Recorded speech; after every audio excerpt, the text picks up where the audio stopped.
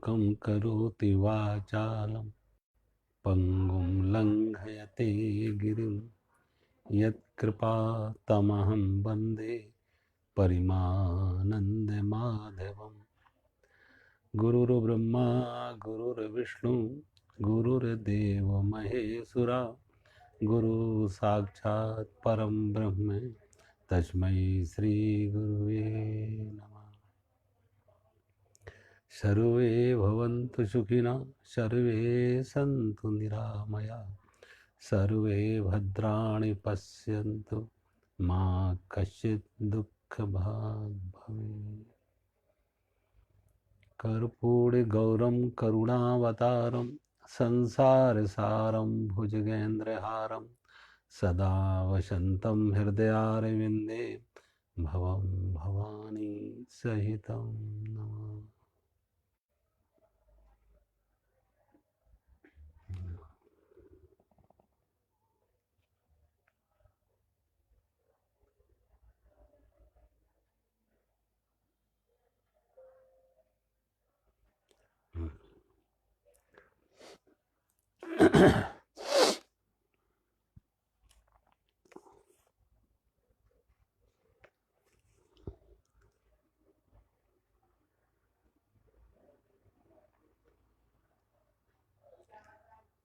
अध्याय 7 श्लोक नंबर 15।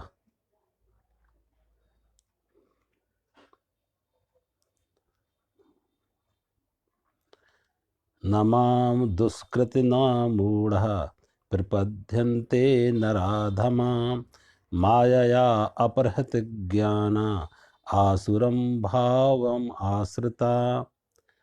भगवान कहते हैं, ऐसा सुगम उपाय होने पर भी माया के द्वारा जिनका ज्ञान हरा जा चुका है,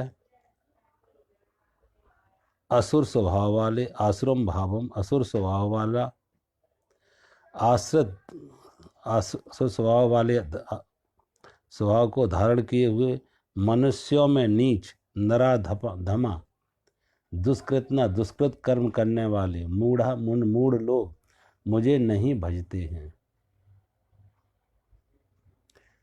भगवान कहते हैं मुझे नहीं भजते हैं। कौन नहीं भजते हैं? जिनको भगवान कहते हैं माया के द्वारा जिनका ज्ञान हरा जा चुका है और आसुर स्वभाव के मनुष्यों में नीच दुष्कृत कर्म करने वाले मूढ़ लोग।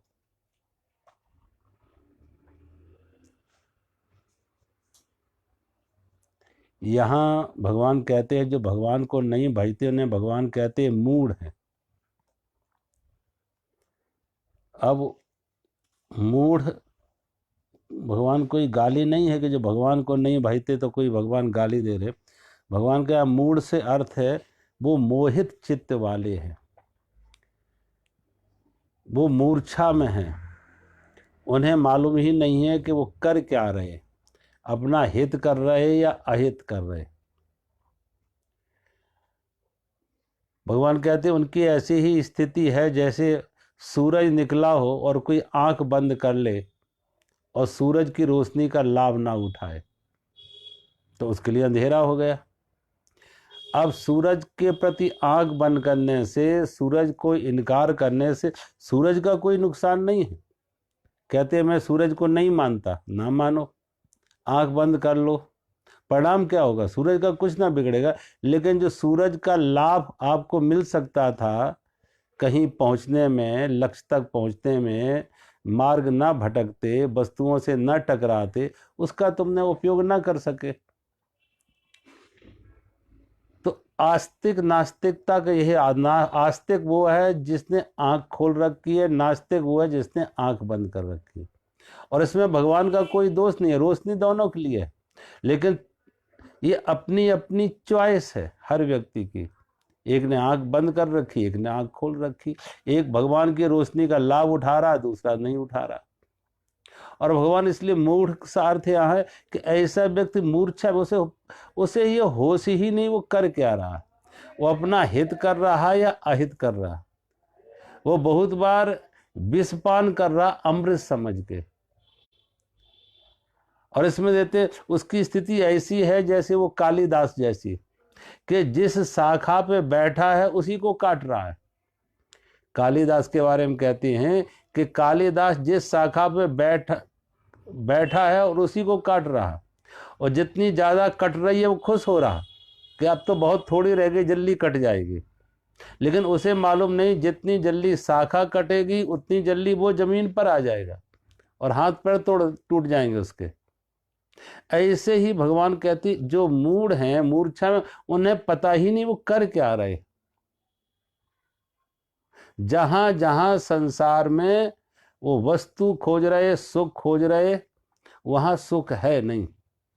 इसलिए भगवान कहते माया के द्वारा जिनका ज्ञान हरा जा चुका है उनका ज्ञान आवृत है, ढका हुआ है। सुख क्या है, दुख क्या है, मान क्या, अपमान क्या, विष क्या, अमृत क्या, इसकी समझ नहीं है। अब माया ने उनके विवेक पर आवरण डाल रखा है, पर्दा डाल रखा है, इसलिए उन्हें पहचान ही नहीं है वो कर क्या रहे।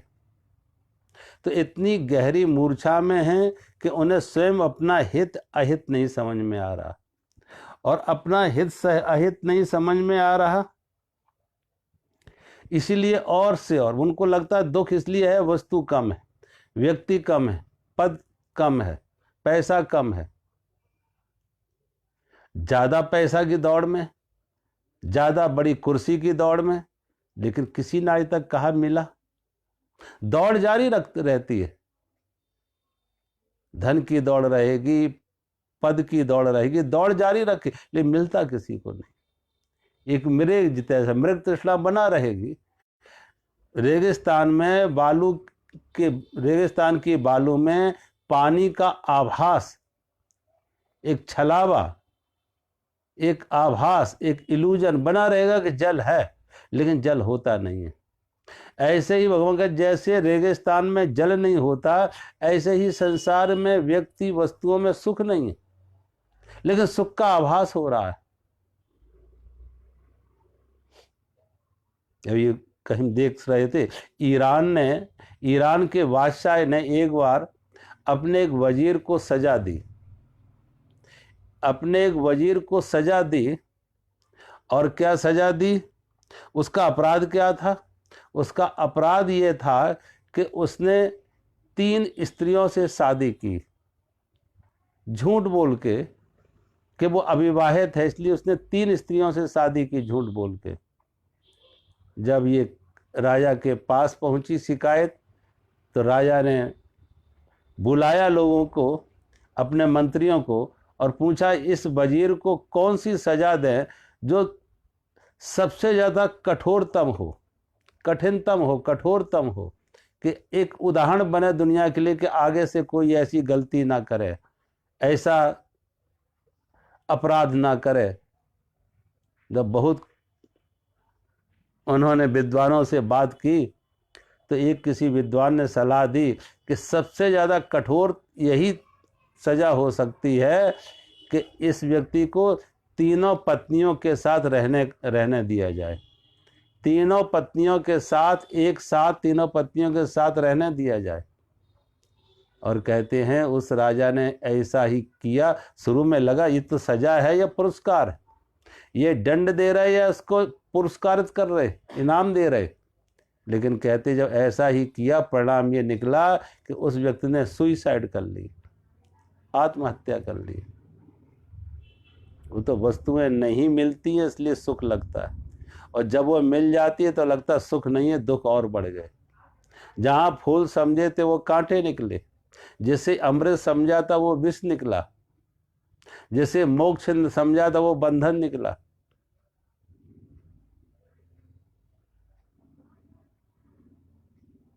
तो भगवान कहते लेकिन माया ने ऐसा आवृत कर रखा है, ऐसा ढक रखा है हमारे विवेक को कि समझ में नहीं आती है। दौड़ते रहते, लेकिन जब मिलता है तो हाथ में आता। उन कहते ना, जैसे मछली को पकड़ने वाले कांटे के ऊपर आटा लगा देते, मछली पकड़ने वाले कांटे के ऊपर आटा लगा देते हैं और जब किसी नदी सरोवर में फेंकते हैं उस कांटे को तो हजारों मछलियां दौड़ती हैं। किसके लिए दौड़ती हैं? सुख के लिए, आटे के लिए। सुख के लिए दौड़ती हैं, आटे के लिए दौड़ती हैं, लेकिन जिसके मुंह में आया वो आटा, जिसने पाया वो सुख। सोचो, सुख झूठा था, दुख सच्चाई थी। आटा झूठा था, कांटा उसकी सच्चाई थी। कांटे के ऊपर आटा चढ़ा रखा था। जब मुंह में आया का आटा तो आटे का स्वाद ना ले पाए, कांटे में फंस गई।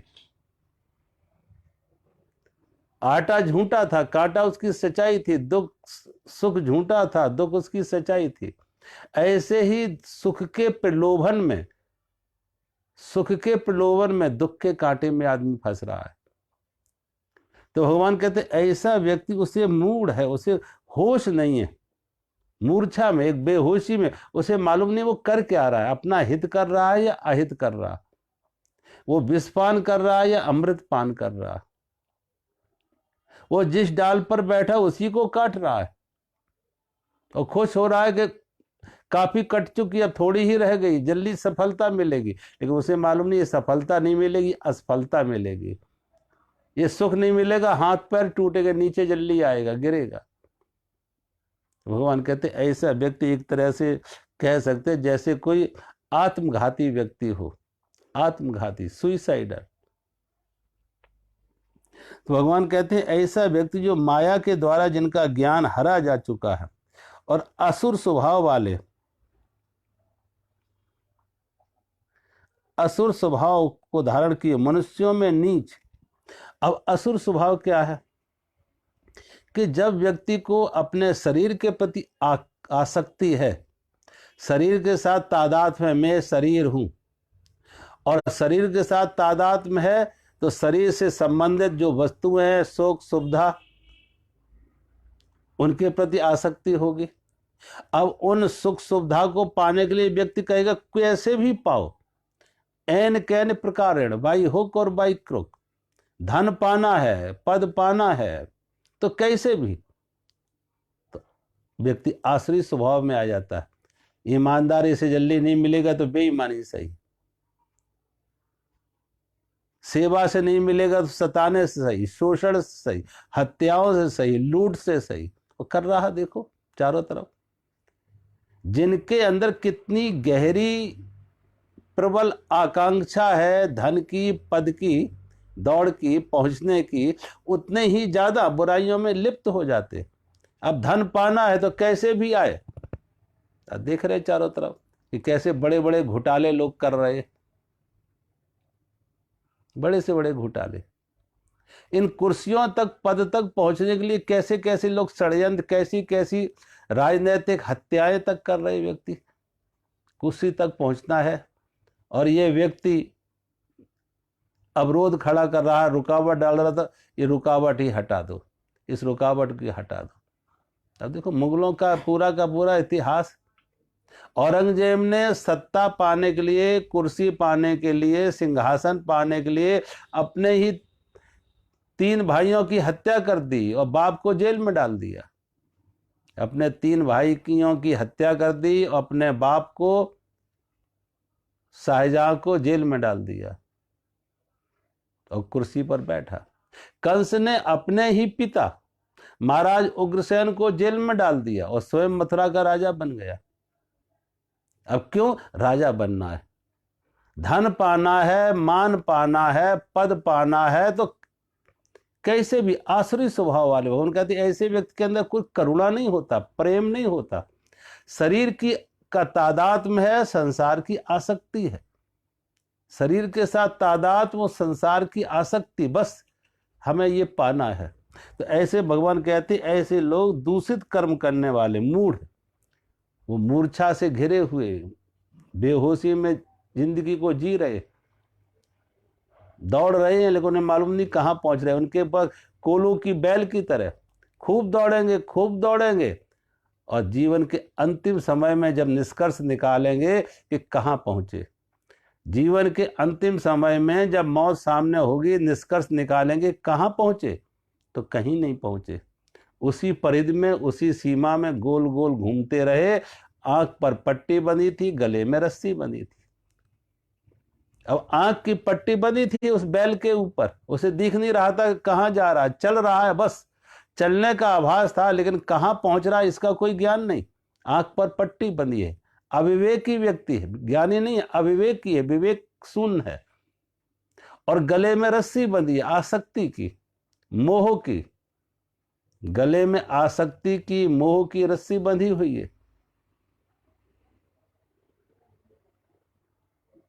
तो भगवान कहते ऐसा व्यक्ति पर मुझको नहीं भजते। ऐसा व्यक्ति कहाँ, वो तो कहेगा, वो पैसे से सब कुछ खरीदना चाहेगा, परमात्मा को भी पैसे से खरीदना चाहेगा,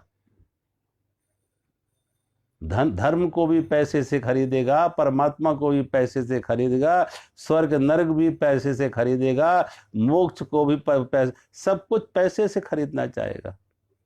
उसकी पहचान पैसा है और कुछ नहीं। परमात्मा ही उसके लिए, पैसा ही उसके लिए परमात्मा है।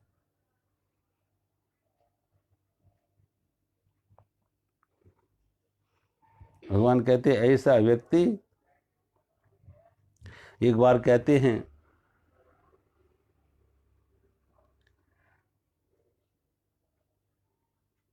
महाराज जनक के पास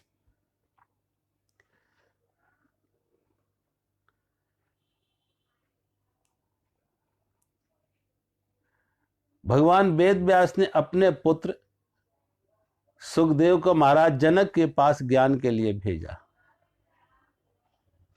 और जब ज्ञान के लिए भेजा तो देखा महाराज जनक का वैभव, विलासता, साधन, सुविधा, सिंहासन, तो उनको लगा ये व्यक्ति क्या ज्ञान का अधिकारी होगा, मुझे क्या ज्ञान देगा। ये खुद इतने वैभव विलासता में है, महलों में इसका निवास है, सारी सुख सुविधाएं हैं, पत्नी है, संतान है, ये हमें क्या ज्ञान देगा। अब आ ही गए तो मन में तो ये संकोच था, मन में इस तरीके का संदेह था, ये व्यक्ति क्या ज्ञान देगा। आ ही गए, एक रात जैसे सोचा कि एक रात कैसे यहाँ से व्यतीत करूं, दूसरे दिन सुबह चले जाएंगे। तो महाराज जनक ने उन्हें रहने के लिए सुंदर सा महल में एक बिस्तर दिया, सुंदर सा महल में एक बिस्तर दिया। और जब उस महल में बिस्तर दिया, उस पर सोए रहे, तो वो रात भर, दूसरे दिन महाराज जनक ने उनसे पूछा कहो नींद कैसी आई, उनसे पूछा कहो नींद कैसी आई। तो कहते सुखदेव ने उनसे कहा महाराज और सब तो ठीक था, लेकिन आपने वो एक कच्चे धागे में तलवार क्यों टांग रखी थी। कच्चे धागे में बिस्तर के ऊपर एक तलवार टांग रखी थी, और उस तलवार के भय के कारण से मैं तो सो ना सका रात भर। उस तलवार के डर के कारण मैं तो सो ना सका कि न मालूम कब धागा ये टूटा, कब तलवार मेरे ऊपर गिर जाए। ये धागा कब टूटे, तलवार कब ऊपर गिरे, मैं तो सो ना सका, सारी रात जागता रहा। महाराज जनक ने कहा जैसे तुम मौत सामने देखती रही और मौत के कारण सो ना सके, ऐसे ही मैं अपने जीवन में हर क्षण मौत की तलवार सिर पर देख रहा हूं, मृत्यु की तलवार हर समय अपने सिर पर देख रहा हूं। इसलिए तमाम भोग विलासता के होते हुए भी मेरा मन इनसे आसक्त नहीं है, मेरा मन इनमें आसक्त नहीं है, क्योंकि हमें एक एक कदम सरकती हुई मौत आती हुई दिख रही है, एक एक कदम सरकती हुई मौत नहीं आती दिख रही है। एक दिन बीतता, एक रात बीतती, एक एक कदम मौत के नजदीक बढ़ते जा रहे, मौत के नजदीक बढ़ते जा रहे। अब जिस व्यक्ति को अगर दृष्टि ऐसा है, होश ऐसा है, वो मौत को देख लेगा, और जब मौत को देख लेगा वो मूर्छा से उसकी मूर्छा टूट जाएगी, वो मूर्छा मुक्त हो जाएगा, वो मूर्छा से टूट जाएगा।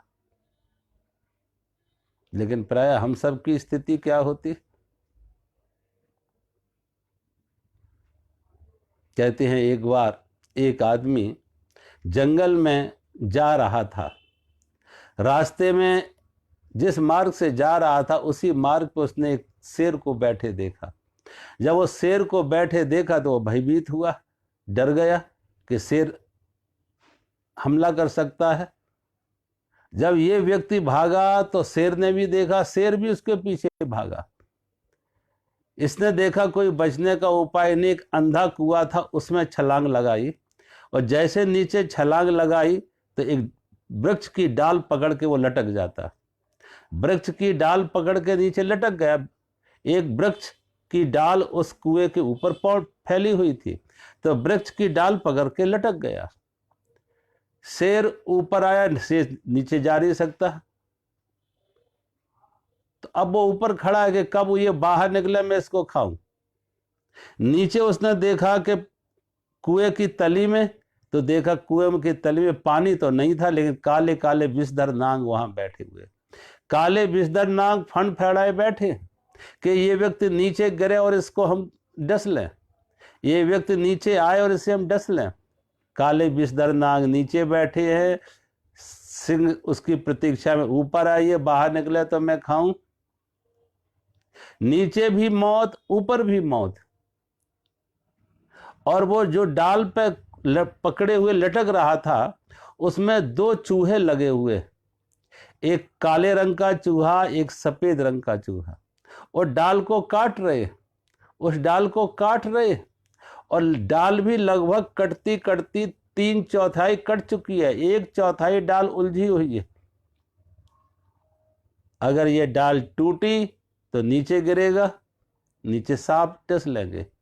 ऊपर निकलने की चेष्टा करता है तो सिंह बैठा है, शेर बैठा है।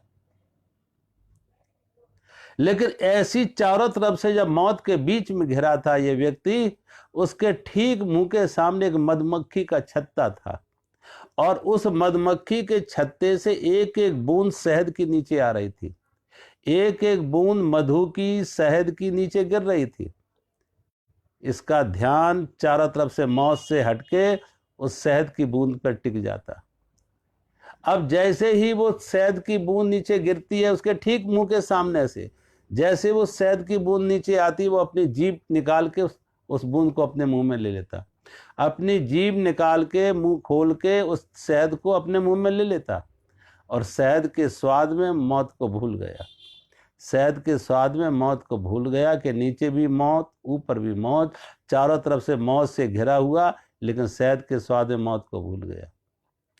भगवान कहते हैं ऐसे ही जिनका मन माया के द्वारा आच्छादित है, आवृत है, और मूर्ता है, गहरी मूर्छा है, बेहोशी है, ऐसे व्यक्ति आसुरी कामों में, पाप के कामों में, सताने के कामों में, दूसरों को तकलीफ देने के कामों में, लूट में, बुराइयों में, पाप में, अपराधों में लगे रहते हो, जाग नहीं पाते हैं, जीवन में जाग नहीं पाते, मूर्छा मुक्त नहीं हो पाते हैं। भगवान कहते हैं ऐसे व्यक्ति वो मुझको नहीं भजते, वो भगवान को नहीं भजते, वो भगवान से और दूर होते जाते हैं। अगले श्लोक में भगवान कहते हैं चतुर्विधा भजन्ते माम जना सुकृत अर्जुन आर्तो जिज्ञासु अर्थार्थी ज्ञानी च भरतर्षभा। भगवान कहते हैं और हे भरतवंशी अर्जुन, श्रेष्ठ अर्जुन, उत्तम कर्म करने वाले, भगवान ने 4 प्रकार के भक्त बताए। उत्तम कर्म करने वाले यानी भगवान के भक्त, सुकृतनो, सुकृतनो पहले आया था दुष्कृत्न, दुष्कृत्न आया था कि दुष्कर्म करने वाले, अब सुकृत का है अच्छे उत्तम कर्म करने वाले। 4 तरह के भगवान गिलाए, अर्थार्थी, आर्थ, जिज्ञासु और ज्ञानी। ऐसे 4 प्रकार के भक्त जन मुझको भजते हैं। भगवान कहते हैं 4 प्रकार के भक्तजन भगवान को भजते हैं, जो शुभ कर्म करने वाले हैं, उत्तम कर्म करने वाले हैं, सुकृत जना। और वो उसमें कौन से? अर्थार्थी, आर्थ, जिज्ञासु और ज्ञानी। भगवान कहते अर्थार्थी। अब ये अर्थार्थी में कौन आते?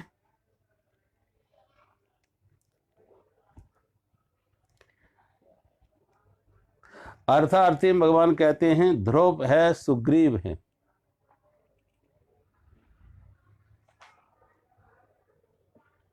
देखो भगवान के पास सुग्रीव किस लिए आए थे? अर्थार्थी का अर्थ है जो धन की खोज में है, अनुकूलता की खोज में। कोई प्रतिकूलता है। आर्त वो है जिनके सामने प्रतिकूलता है तो वो दुखी है, तो अनुकूलता खोज रहे। अर्थार्थी वो है जो भगवान कह रहे हैं जो अनुकूलता खोज रहे, अर्थ खोज रहे हैं कि जो पैसे से सुख मिलेगा, पैसे से सुविधा मिलेगा, धन खोज रहे, सुविधा खोज रहे, संसार खोज रहे। आर्त जिज्ञासु अर्थार्थी ज्ञानी। तो भगवान कह रहे आर्त जिज्ञासु अर्थार्थी। अब आर्त में देख लें, द्रौपदी का उदाहरण आता कि द्रौपदी ने का जब चीरहरण हुआ तो 5 पति होते हुए भी द्रौपदी असहाय हो जाती, बेसहारा हो जाती। अपना सहारा काम ना आया, अपनी शक्ति काम ना आई, 5 पतियों का सहारा काम ना आया, तो अंत में देखा परमात्मा को पुकारा, गोविंद कह के भगवान को पुकारा। अब अपनी शक्ति भी जवाब दे गई, आर्त भाव से भगवान को पुकारा और कहते हैं भगवान प्रकट हो जाते, भगवान प्रकट हो जाते। और द्रौपदी का भगवान कहते हैं साड़ी बन जाती। जब अपना जवाब, अपनी शक्ति जवाब दे जाती तो एकमात्र परमात्मा की शक्ति। अब भगवान को किस लिए पुकारा? ये जब दुख आते, इसलिए कहते हैं दुख में सुमरन सब करें, सुख में करे न कोई। दुख में सुमरन सब करें, सुख में करे न कोई, और जो सुख में सुमरन करे तो दुख काहे को। हम दुख में सुमरन करते हैं, सुख में भूल जाते हैं। इसलिए तो कुंती से जब भगवान ने पूछा बुआ कुछ वरदान मांगो, तो कुंती ने क्या मांगा? कुंती ने कहा प्रभु कृपा करो कि दुख आते रहे, दुख आते रहे। भगवान कृष्ण ने कहा बुआ सारा जीवन तो तुम्हारा दुखों में बीता, भरी जवानी में तुम विधवा हो जाती हो, 5 पुत्रों का लालन पालन, उस पर भी दुर्योधन दुशासन आदि कौरवों के अत्याचार, 12 वर्ष के लिए वन में भटकना, महाभारत का युद्ध, अर्जुन को भीम को जहर के लड्डू खिलाना, लक्षागृह में आग लगा दी, महाभारत का इतना बड़ा नरसंहार, और उसके बाद महाराज युधिष्ठिर को राजगद्दी मिली, आप राजमाता हुई और आप फिर दुख मांग रही। तो कुंती ने बड़ी अच्छी बात कही, कहा कृष्ण सुख आने पर मैं तुम्हें कहीं भूल ना जाऊं, मुझे डर है, भय है कि सुख आने पर कहीं भूल ना जाऊं। सुख के माथे सिल परे नाम हिये ते जाए, सुख के माथे सिल परे नाम हिये ते जाए, और बलिहारी बा दुख की जो पल पल नाम रटाए। कुंती कहती है वो दुख सुख आते हों वो मुझे नहीं चाहिए, उन पर पत्थर आगे बरस पड़े, लेकिन बलिहारी बा दुख की, मैं स्वागत करती हूँ उन दुखों की जिन दुखों के आने से पल पल क्षण क्षण प्रभु का स्मरण है, भगवान का स्मरण है, भगवान का भजन है, परमात्मा की याद है, उसकी पुकार है। कुंती ने भगवान से दुख मांगा, और द्रौपदी ने परमात्मा को क्यों पुकारा? जब देखा सब तरह से लाज जा रही थी। डूबते हुए गजेंद्र ने पुकारा परमात्मा को। जब देखा गजेंद्र अपने परिवार के साथ सरोवर में जल पीने आता, जल क्रीड़ा करता, वहां पे मगर ने उसे पकड़ लिया, मगर ने पकड़ लिया, और दोनों के बीच में युद्ध हुआ। 1 माह तक दोनों लड़ते रहे। उसका परिवार साथ में था, उन्होंने भी चेष्टा की बाहर निकालने की, गजेंद्र ने अपनी ताकत पूरी लगा दी बाहर निकलने की, लेकिन चूंकि गजेंद्र जलचर थल जमीन पर रहने वाला प्राणी है, हाथी, और मगर जल में रहने वाला प्राणी है। मगर की ज्यादा ताकत होती है जल में, तो धीरे धीरे मगर उसको खींचता जा रहा था गहरे से गहरे जल की तरफ। और जौ भर सूंड रही जल ऊपर तब हरि नाम पुकारो। कहते एक जौ के अनुपात में उसकी सूंड जल से बाहर है। अब हल्का सा झटका उसे जीवन से मौत में उतार देगा, जल समाधि हो जाएगी। तो उसने हरि कह के पुकारा, परमात्मा को पुकारा। और कहते हैं परम अंतिम शब्द उसके मुंह से निकला हरि के साथ, तो परमात्मा प्रकट हो जाती है। और भगवान ने सुदर्शन चक्र से ग्रह का वध किया और गज का उद्धार किया, गज को मुक्त कराया। अब ये गज ने कब पुकारा? जब दुख सामने आए। जीवन भर आदमी जब जब होश में रहता तो भूला रहता भगवान को।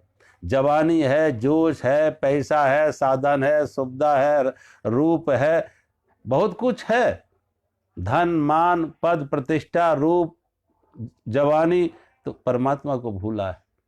और जब सब कुछ हाथ से निकल जाता, धन भी निकल जाता, पद भी, रूप भी, जवानी भी, तब आदमी बुढ़ापे पे परमात्मा को पुकारता, परमात्मा अब तुम आर्त। आर्त भगवान कहते ऐसे जो व्यक्ति जो आर्त में होके, दुख में दुखी होके अब परमात्मा को पुकारेंगे, परमात्मा उनकी मदद करे। तो भगवान कहते ऐसे जो दुख से दुखी होके भगवान को पुकारते हैं, भगवान कहते वो भी मुझे भजते हैं। जो दुख से दुखी होके भी भगवान को पुकारते वो भी मुझे भजते हैं। और दूसरे भगवान कहते हैं जिज्ञासु, दूसरा है अर्थार्थी। ध्रुव सुग्रीव जैसे भगवान कहते हैं अर्थार्थी।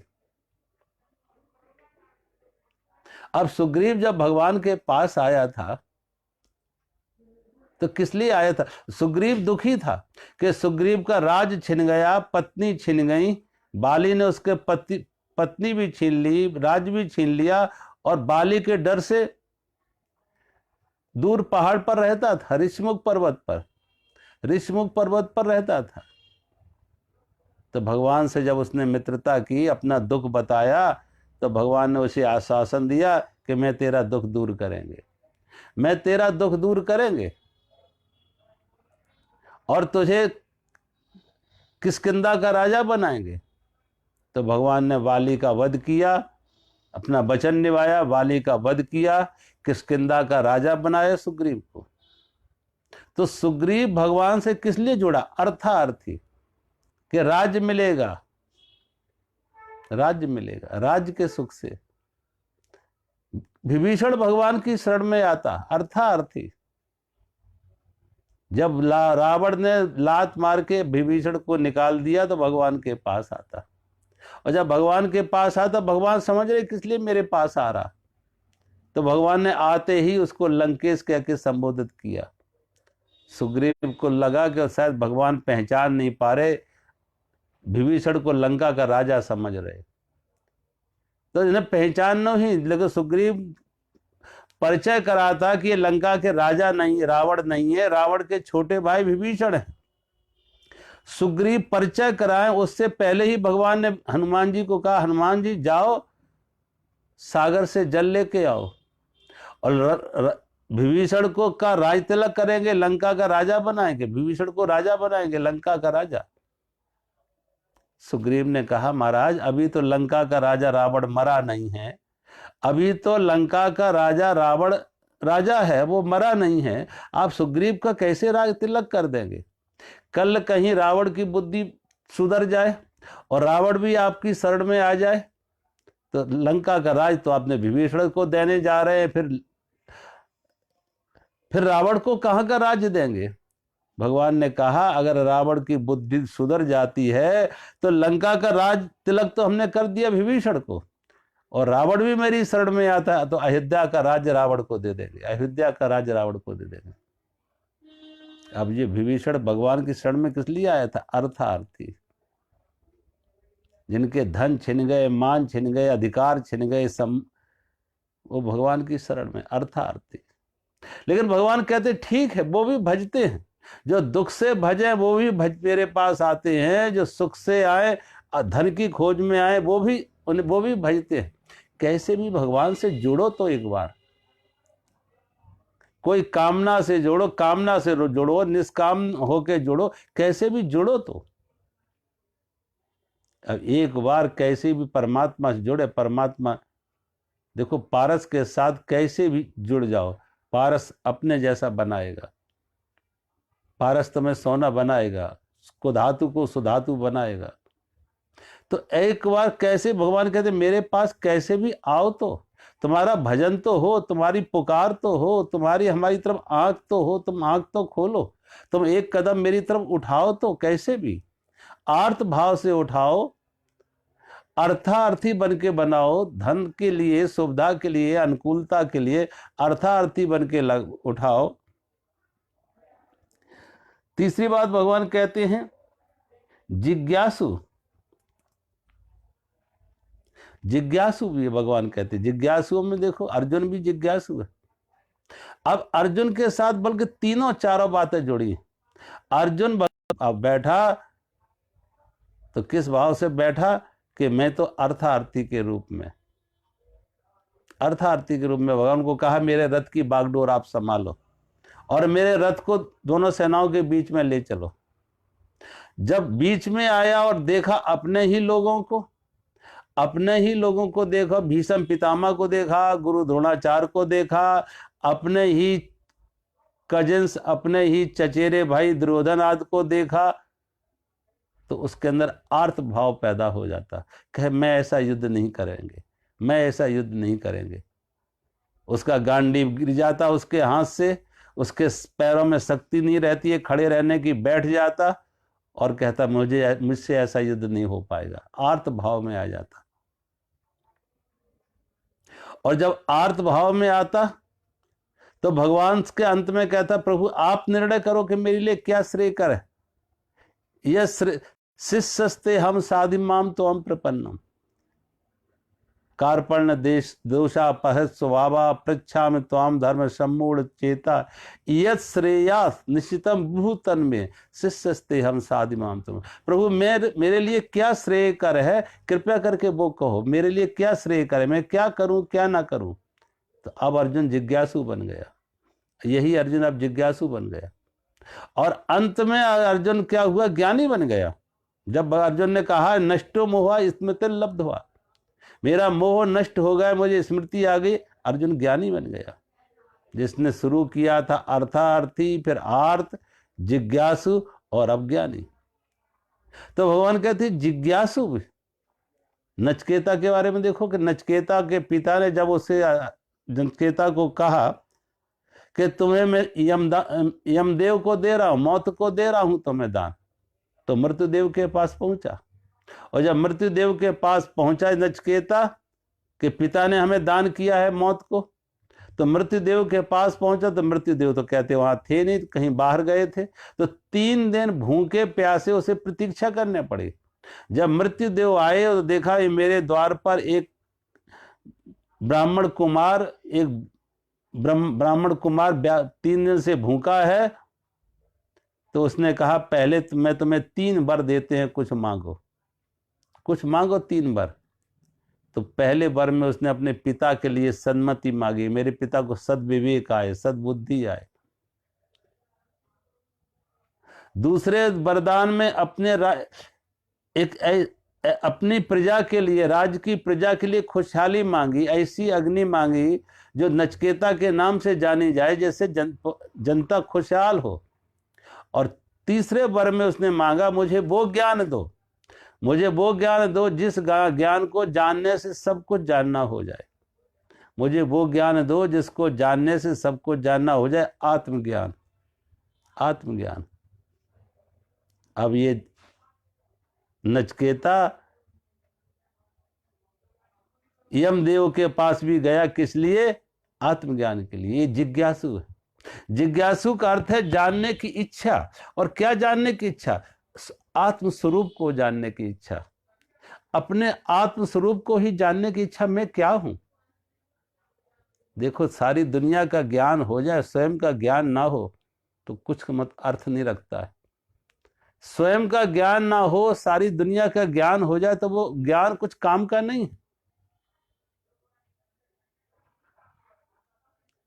सारी दुनिया को भोजन कराओ, खुद भूखे रह जाओ तो तृप्ति आएगी? सारी दुनिया के लिए तुम बिस्तर लगाओ और खुद तुम नींद ना ले सको? कम से कम इतने तो स्वार्थी हो जाओ, अपने बारे में सोच लो। जो व्यक्ति अपने बारे में सोच ही नहीं रहे, वो हम कहाँ हैं, हम कौन हैं, हम क्या हैं, अंत में वो पाते हैं कि ना उनसे परमार्थ होता है, ना स्वार्थ भी नहीं, सदा परमार्थ भी नहीं। मैंने कल कह रहा था, जिसका अपना दिया नहीं जला वो दूसरों के दिया को कैसे जलाएगा? जिसने के अपने जीवन में कोई रोशनी नहीं है, वो दूसरों के जीवन में रोशनी कहां से लाएगा? बहुत संभावना यही है कि वो दूसरों के दिया भी बुझा देगा। वो जिसका अपना दिया नहीं जला, जिसके अपने जीवन में कोई रोशनी नहीं है, कोई प्रकाश नहीं है, वो दूसरों को दिया कैसे जलाएगा? वो परमार्थ करेगा कैसे? जो खुद दरिद्र है, वो दीनहीन है, वो दूसरों को देगा क्या? जो खुद भिक्षा पात्र लिए खड़ा है, वो दूसरों को क्या देगा? भिखारी भिखारी को कैसे देगा? और आज जितने भी तुम लोगों को देखो, ज्यादातर अंदर से लोग दीनहीन हैं, दरिद्र हैं, दुखी हैं। लेकिन जो अपने दुख से मुक्त नहीं हो पाए, दूसरों के दुख मिटाने के लिए दौड़ रहे। अपने दुख से तो मुक्त हो नहीं पाए, लेकिन दूसरों के दुखों के लिए दौड़ रहे। अपना दिया जला ना पाए, दूसरों के दिया के लिए उत्सुक हैं। पहले व्यक्ति कुछ अपने बारे में सोच ले, समझ ले, मैं क्या हूं, मैं कौन हूं, अपना परिचय कर ले। तो भगवान कहते हैं जो जिज्ञासु है, उस जिज्ञासु का अर्थ है आत्मस्वरूप की जिज्ञासा, ज्ञातुम इच्छा, स्वयं को जानने की इच्छा, स्वयं को पहचानने की एक तड़प, एक प्यास, मैं खुद क्या हूं। जब तक ये नहीं बात आती है मैं खुद क्या हूं, तो उस जीवन का सारा करना धरना सब व्यर्थ है, सब व्यर्थ है। पहले स्वयं का ज्ञान हो जाए, स्वयं का परिचय हो जाए, स्वयं की पहचान हो जाए। और जब स्वयं का ज्ञान, स्वयं की परिचय, स्वयं की पहचान, तो फिर कुछ करना सार्थक हो सकता, फिर कुछ करना सार्थक हो सकता। ऐसा व्यक्ति जो जागा हुआ है, अपने को जानता है, वो कुछ भी करेगा, परमार्थ ही करेगा। जो होगा उससे परमार्थ होगा, क्योंकि उसके जीवन में जिसने स्वयं को जाना, स्वयं में झांका, अंतर्मुखी हुआ, उसके जीवन में करुणा और प्रेम सहज आ जाती। उसके अंदर के स्रोत जो परमात्मा से जब वो जुड़ा, तो अंदर से करुणा और प्रेम के स्रोत फूटने लगते। तो भगवान कहते ऐसा व्यक्ति जो जिज्ञासु है, अपने को पहले जान ले, अपने को समझ ले, मैं खुद क्या हूं। और जो भगवान के उसमें नचकेता का भगवान उदाहरण, जैसे नचकेता है, अर्जुन है, और ज्ञानियों में भगवान ने उदाहरण दिया गोपियों का। भागवत में उदाहरण आता है गोपियों का, कि गोपियां कैसी है। उद्धव जी का आता है, नारद जी का आता है, और गोपियों कैसी ज्ञान। एक बार कहते हैं नारद जी के मन में ये भाव आया कि कभी कोई जब भक्ति का, प्रेम का कोई प्रसंग चलता, प्रेम का कोई प्रसंग चले, तो भगवान की वाणी पर ब्रज की गोपियां आ जाती हैं। ब्रज की गोपियां, लगता है शायद बचपन में इनका जो गोपियों के साथ प्रेम रहा, अभी तक ये उन गोपियों को प्रेम को भूल ना पाए। अभी भी इनकी जबान पर ब्रज की गोपियां, प्रेम का कोई प्रसंग तो ब्रज की गोपियां आ जाती। ये भगवान कृष्ण की जो रानी पटरानियां थीं, रुक्मिणी जी थी, सत्यभामा थी, कालिंदी थी, जाम्बती थी, इन सबको भी ईर्ष्या होती है। इन सबके मन में भी ईर्ष्या होती है कि प्रेम का कोई प्रसंग हो तो भगवान ब्रज की गोपियों की चर्चा करते। कभी नहीं कहा कि रुक्मिणी का प्रेम, सत्यभामा का प्रेम, कालिंदी का, जाम्बती का, कभी भगवान ने कोई चर्चा नहीं की। जब भी प्रेम का प्रसंग आया तो ब्रज की गोपियां आ जाती। इनके मन में भी ईर्ष्या होती है जब भगवान के मुंह से ब्रज की गोपियों का नाम आता। नारद जी के मन में भी ये बात कि भगवान ने कभी नहीं कहा नारद मेरा भक्त है, नारद का मुझसे प्रेम है। प्रेम का कोई प्रसंग हो तो ब्रज की गोपियां। इन सबको लगा भगवान कुछ पक्षपात करते हैं और बचपन के प्रेम को अभी तक भूल ना पाए। क्या हुआ, एक बार भगवान नारद जी जब भगवान से मिलने आए तो भगवान अपने शयन कक्ष में विश्राम कर रहे थे। द्वारपालों से जाके पूछा भगवान कृष्ण से मिलना है, कहाँ है? तो द्वारपालों ने खबर की कि भगवान के सिर में बहुत दर्द है, भगवान के सिर में बहुत दर्द है, इसलिए आज वो विश्राम में है, आज वो विश्राम में है। तो नारद जी ने कहा चलो मैं भगवान से वहीं पूछ भी लेंगे कैसा दर्द है, क्या तकलीफ है, क्या पीड़ा है, क्या बीमारी, पूछ भी लेंगे, और अगर कुछ बन सका तो मैं कोई उपाय भी करेंगे उनके लिए, उनको उस दर्द से मुक्त दिलाने के लिए। नारद जी भगवान के पास जाते, तो भगवान से जब मिले तो देखा भगवान सिर पे कपड़ा बांधे कराह रहे थे। तो नारद जी ने कहा प्रभु आपके सिर में बहुत दर्द है, मैंने सुना। कि भगवान ने कहा हाँ नारद जी बहुत दर्द है।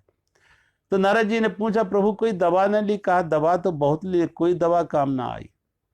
नेचुरोपैथी, एलोपैथी, होम्योपैथी, बहुत सारी दवाइयां पैथी आजमाई, लेकिन कोई काम ना आई, कोई दवा काम ना आई। और एक दवा है, भगवान ने कहा एक दवा है नारद जी, लेकिन वो मिलती नहीं है। तो नारद जी ने पूछा प्रभु वो कौन सी दवा है जो मिलती नहीं है, जिससे आप ठीक हो सकते हैं, जिससे आप स्वस्थ हो सकते हैं, सिर का दर्द जा सकता, वो कौन सी दवा है जो मिलती नहीं है? आप बताओ तो मुझे नाम, शायद मैं कोशिश करूं कि कहीं मिले। तो भगवान ने बताया कि नारद जी कोई भक्त अपने चरणों की धूल दे दे। भगवान ने कहा नारद जी कोई भक्त अपने चरणों की धूल दे दे तो मेरे भक्तों की चरण रज जब मेरे मस्तक पर लगेगी तो मेरे सिर का दर्द ठीक हो जाएगा। नारद जी के मन में आया कि कोई भक्त भगवान अपने चरणों की, तो भक्त तो मैं भी भगवान का हूं, क्यों ना अपने ही चरणों की धूल उठा के दे दे इन्हें। हाथ गए चरणों की तरफ, लेकिन तुरंत रुक गए, तुरंत रुक गए, क्योंकि शास्त्र कहते हैं अगर भक्त की चरण रज भगवान के मस्तक पर लगेगी तो ऐसे भक्त को नरक मिलेगा, ऐसे भक्त को नरक मिलेगा। नारद जी ने कहा इनका सिर दर्द ठीक हो और मुझे नरक जाना पड़े तो ऐसा जोखिम मैं क्यों लूं, ऐसा जोखिम मैं क्यों उठाऊं? नारद जी के हाथ रुक गए। नारद जी जाते हैं महल में, सत्यभामा से, रुक्मिणी से, जामवती से, सबसे जाके कहा रानियों पटरानियों से कि भगवान के मस्तक पर बहुत दर्द है, माथे में दर्द है, कोई और उसकी औषधि ये बताते कोई भक्त चरणों की धूल दे दे, तुम लोग कोई चरणों की धूल दे दो भगवान का मस्तक का दर्द ठीक हो जाए। रुक्मिणी सत्यभामा ने तो वही शास्त्र पढ़े थे जो नारद जी ने पढ़े थे। रुक्मिणी सत्यभामा ने कहा नारद जी आपको नहीं मालूम, मेरे चरणों की धूल भगवान के मस्तक पर लगेगी तो मुझे नरक मिलेगा, मुझे नरक मिलेगा, ऐसा जोखिम मैं क्यों लूं कि मैं नरक में जाऊं। रुक्मिणी सत्यभामा से भी भगवान निराश हो जाते। जहां जहां जाते नारद जी, हर व्यक्ति को अपने स्वर्ग की कामना, नरक का भय, अपने सुख की कामना। नारद जी खाली हाथ लौटाते, कहा प्रभु आपने ठीक कहा था, हम जहां जहां गए हर व्यक्ति को अपने सुख की कामना, नरक का भय। लगता है अब ये फैक्ट्री बंद ही हो गई। अब आप बताओ अगर आपके जानकारी में आपकी समझ में कोई जगह है जहां कोई भक्त अपने चरणों की धूल दे सके? तो भगवान ने कहा एक बार करो कोशिश, ब्रज में चले जाओ, एक बार करो कोशिश, ब्रज में चले जाओ, शायद ब्रज की गोपियां अपनी चरणों की धूल दे दे। नारद जी जब ब्रज में आते हैं तो नारद जी को लोग ऐसा समझते जैसे कोई पहले पोस्टमैन आते थे, हर कोई दौड़ता था मेरी चिट्ठी तो नहीं है। नारद जी के पास गोपियां आती हैं, पूछती हैं नारद जी भगवान कृष्ण कैसे हैं, द्वारकाधीश कैसे हैं, यशोदा नंदन कैसे हैं, गोविंद कैसे हैं। तो जब नारद जी से पूछते हैं कैसे हैं द्वारकाधीश, तो नारद जी और चुप हो जाते और लंबा चेहरा कर लेते, गंभीर मुद्रा में। नारद जी ने कहा पूछो मत, भगवान के सिर में बहुत दर्द है, बहुत तकलीफ उनको है, उनको बहुत तकलीफ है, उनके सिर में बहुत दर्द है। गोपियों ने कहा नारद जी कोई दवा ना ली? कहा कोई दवा काम नहीं कर रही, और एक दवा है वो मिल नहीं रही है। गोपियों ने पूछा नारद जी वो कौन सी दवा है जो मिल नहीं रही है? कहा कोई भक्त अपने चरणों की धूल दे दे। कोई भक्त अपने चरणों की धूल दे दे तो भगवान के मस्तक का दर्द मिट जाएगा। वहां जितनी गोपियां थीं उन गोपियों ने अपने चरणों से धूल इकट्ठी की, और जो घर रह गई थी उन्हें भी बुला लिया। और नारद जी जब पोटली बना के ले जाने लगे तो नारद जी ने कहा मुझे मालूम है तुम सब बिना पढ़ी लिखी हो, तुमने शास्त्र के पन्ने कभी खोले नहीं हैं, शास्त्र पढ़े नहीं हैं, धर्म अधर्म का तुम्हें ज्ञान नहीं है। क्या तुम्हें नहीं मालूम तुम्हारे इस कृत्य से तुम्हें नरक मिलेगा? भगवान का सिरदर्द तो ठीक होगा लेकिन तुम्हें नरक मिलेगा। गोपियां हंसने लगी। गोपियों ने कहा नारद जी एक जन्म नहीं, मैं 100 जन्म भी नरक जाने को तैयार हूं। एक जन्म नहीं, मैं 100 जन्म भी नरक जाने को तैयार हूं, लेकिन भगवान का सिर दर्द ठीक हो जाए, भगवान का सिर दर्द ठीक हो जाए, मैं 100 जन्म भी नरक जाने को तैयार। नारद जी वो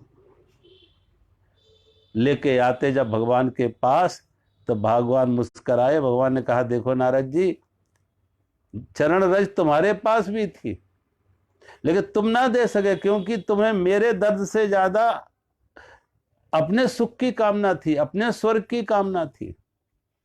भगवान कहते ज्ञानी वो है जिसकी कोई मांग नहीं है, जिसकी कोई चाह नहीं, जो जी रहा है परमात्मा के लिए, उसका एक एक श्वास एक एक कृत्य परमात्मा को समर्पित है, जीवन का एक एक कृत्य परमात्मा को समर्पित है। जो पूरी तरह से कामना मुक्त है, चाह मुक्त है, मांग मुक्त है, आसक्ति मुक्त है, अहंकार मुक्त है, समर्पित है परमात्मा के प्रति। जो परमात्मा के प्रति ऐसा समर्पित है भगवान कहते वो ज्ञानी है। उसमें और मुझ में फिर कोई फर्क नहीं है, फिर उसमें और मुझ में कोई फर्क नहीं है भगवान कहते हैं।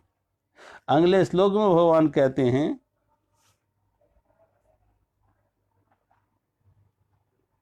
तेषां ज्ञानी नित्युक्तः एक भक्ति विशिष्यते प्रिया ही ज्ञानिनात्यर्थम अहम सच में मम प्रिया।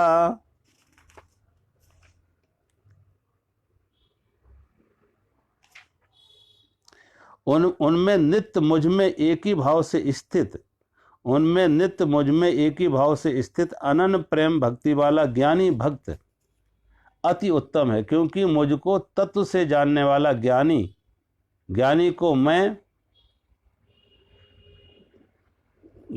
मैं अत्यंत प्रिय हूं और वह ज्ञानी मुझे अत्यंत प्रिय है। भगवान कहते हैं जो मुझे ऐसा समर्पित है, जिसकी अपनी कोई मांग नहीं, कोई चाह नहीं, ऐसा ज्ञानी मुझे प्रिय है, और वो ऐसा ज्ञानी मुझे प्रिय है और मैं उस ज्ञानी को प्रिय हूं। अब यहां दो ना रहे, एक ही रह गया। लहर लहर ना रही, सागर हो गई। तो अब सागर कहे कि मुझे लहर प्रिय है या लहर कहे मुझे सागर प्रिय है, दो है ही नहीं, समर्पित हो गई, विराट हो गई। जिनकी कोई मांग नहीं, जिनकी कोई काम चाह नहीं, वो पूरी तरह से परमात्मा के लिए एक बांसुरी की तरह हो गए कि शब्द संगीत स्वर परमात्मा का, वो तो विराट उतरे, वो खाली खोखले हैं, अहंकार मुक्त हैं, कामना शून्य है, कोई कामना नहीं, कोई अहंकार नहीं, कोई आसक्ति नहीं, कोई मांग नहीं, कोई शिकायत नहीं। भगवान कहते ऐसा व्यक्ति जो परमात्मा के प्रति इतना समर्पित है, भगवान कहते वो मुझ में है और मैं उसमें हूं, अति उत्तम है, क्योंकि मुझको तत्व से जानने वाला ज्ञानी अत्यंत प्रिय है। और नित्य मुझ में, भगवान कहते नित्य मुझ में एक ही भाव से, नित्य मुझ में एक ही भाव से। देखो परमात्मा में नित्य होने का मतलब परमात्मा से कोई दूरी ना रही।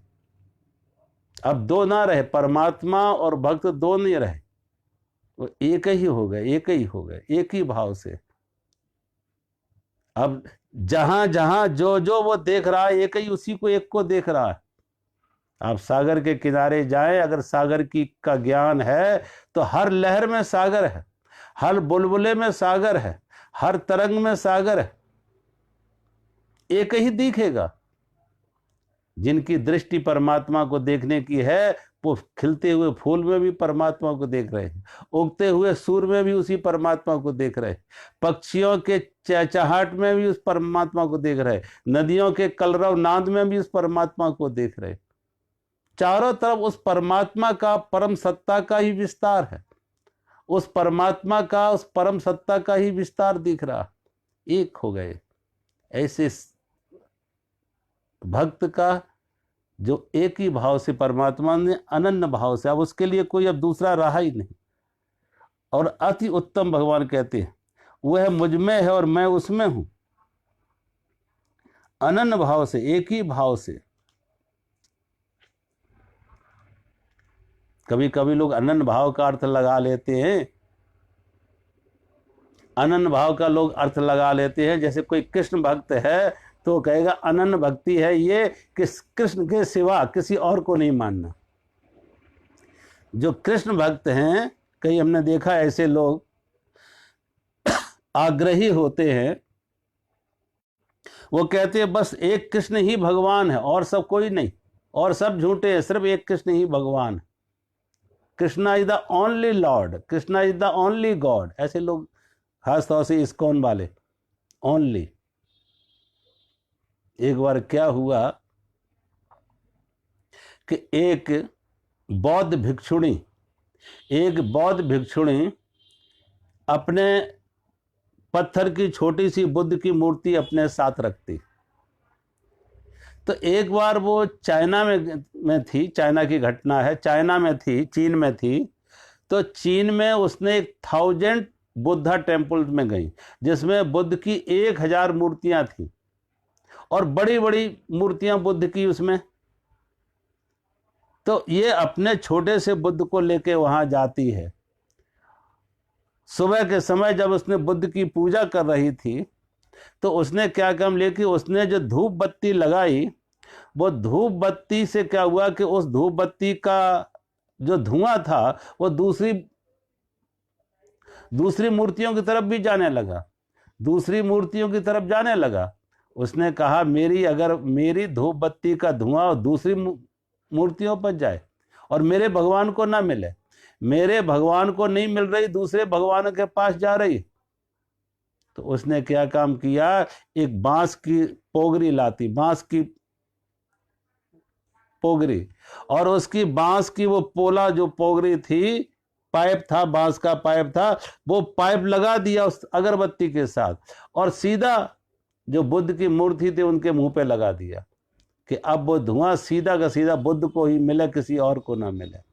परिणाम क्या हुआ कि बुद्ध की जो मूर्ति थी उनका चेहरा काला हो गया, बुद्ध की मूर्ति का चेहरा काला हो गया, क्योंकि उसने वो धुआं किसी और देवता को ना मिले, किसी और मूर्ति को ना मिले, किसी और भगवान को ना मिले, तो पाइप लगा के सीधा बुद्ध के पास वो धूप बत्ती का धुआं जाए और बुद्ध के चेहरे काला हो जाता।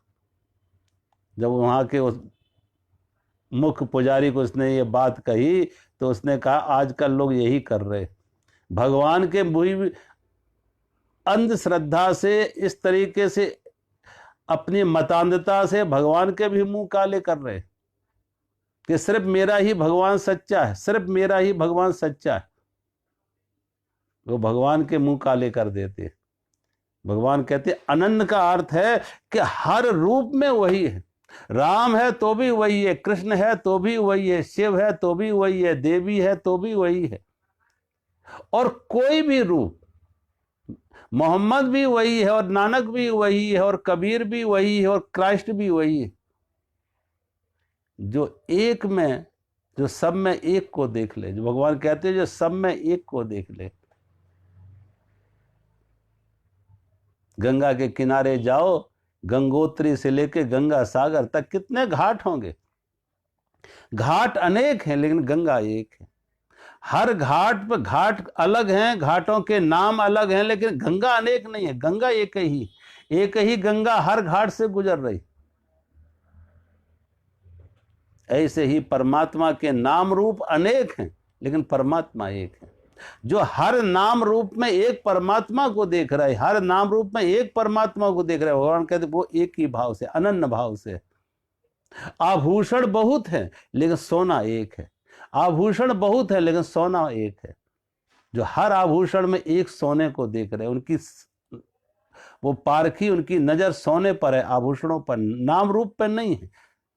वो बने किससे?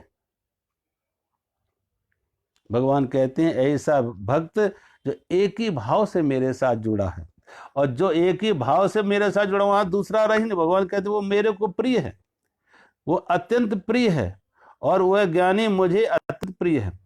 भगवान कहते मैं उसको प्रिय हूं, वो मुझे प्रिय है। दो रही नहीं, दो रही नहीं। लहर सागर बन गई, सागर लहर बन गई। जो लहर है वो सागर हो गई, सागर है वो लहर बन गई। अब दो रही नहीं। तो भगवान कहते हैं दोनों के बीच में दूरी मिट गई, अब एक हो गए। भगवान कहते ऐसा मेरा भक्त अति उत्तम है। ज्ञानी जो है वो ऐसा है कि जिसकी कोई मांग नहीं, जिसकी कोई चाह नहीं, जो परमात्मा के प्रति अनन्य भाव से है, अनन्य भक्ति है जिसकी, जिसके अंदर से दूजा मिट गया, एक ही रह गया, वो मुझे प्रिय है और मैं उसे प्रिय हूँ। तो आज मैं कथा को, सत्संग को यहीं विराम देते हैं। मेरा सभी को प्रणाम। हरि ओम।